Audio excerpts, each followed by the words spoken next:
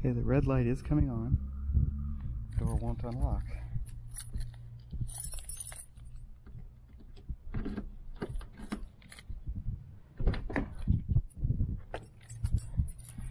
Okay, I've seen this before. That is not bunny poo.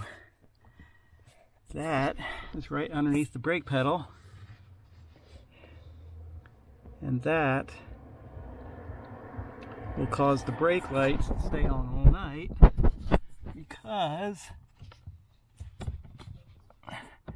that little button right there goes through the hole where the rubber piece was sitting. So the solution is to block off that hole with something. Tape, another piece of rubber, something that will block that hole so that the switch thinks the brake is released.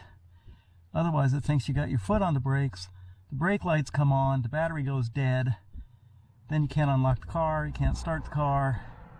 That is the problem. So we will fix that real quick like.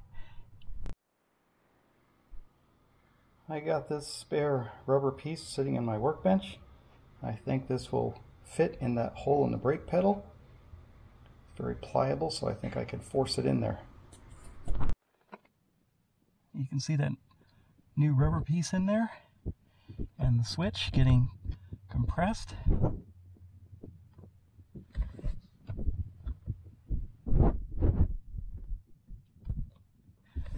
Whatever you do, put in there, make sure it doesn't fall out. I've seen this on several Hondas that I've owned. After 15 to 20 years, that piece of rubber dries out, cracks, falls on the floor, and you get a dead battery. I can't believe Honda's been doing this for the last 40 years or so, making the same stupid piece that dries out, falls on the floor, and kills the battery. Someday, they'll come up with something better.